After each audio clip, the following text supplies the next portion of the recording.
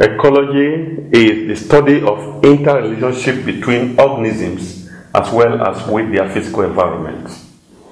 It involves the study of factors that affect distribution of different communities and more. And so we are going to, as we are revising with questions, we are going to see different departments of this subject. Example 1. In the food chain, grain to weevil to lizard to snake and to hawk. The secondary consumer is A. weevil, B. lizard, C. snake, and D. hawk. A. weevil. Weevil feeds on grain directly, because in this arrangement, this is a producer, primary consumer, secondary consumer, tertiary consumer, or quaternary consumer. First trophic level, second trophic level, third trophic level, fourth trophic level, fifth trophic level. But our question is secondary consumer. So this primary consumer, which is weevil. Lizard is secondary consumer. So our answer is lizard. Option B. Example 2. A plant that grows on another plant without any apparent harm to the host is called a parasite. A parasite causes harm to its host. An epiphyte.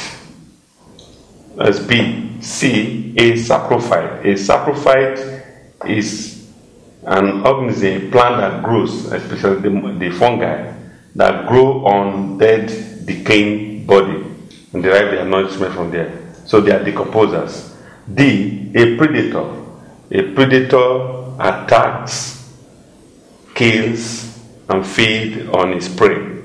But this one is growing on another plant without apparent harm. Epi means above, phyte means plant, growing on another plant. So option B is the name we give to a plant growing on another plant, an epiphyte. Answer question 2. Question 3. Nitrifying bacteria keep the soil fertile by A. Converting nitrate to nitrogen, B. Converting nitrogen to plant proteins, C. Converting nitrogen to nitrate, and D. Converting ammonium salt to nitrate. Once you understand the function of nitrifying bacteria, you will answer this question. Nitrifying bacteria are bacteria that oxidize ammonium compounds, ammonia to nitrite, nitrite to nitrate. They are all called nitrifying bacteria. So with that, our answer to question 3 is D. Converting ammonium salts to nitrates. Question 4.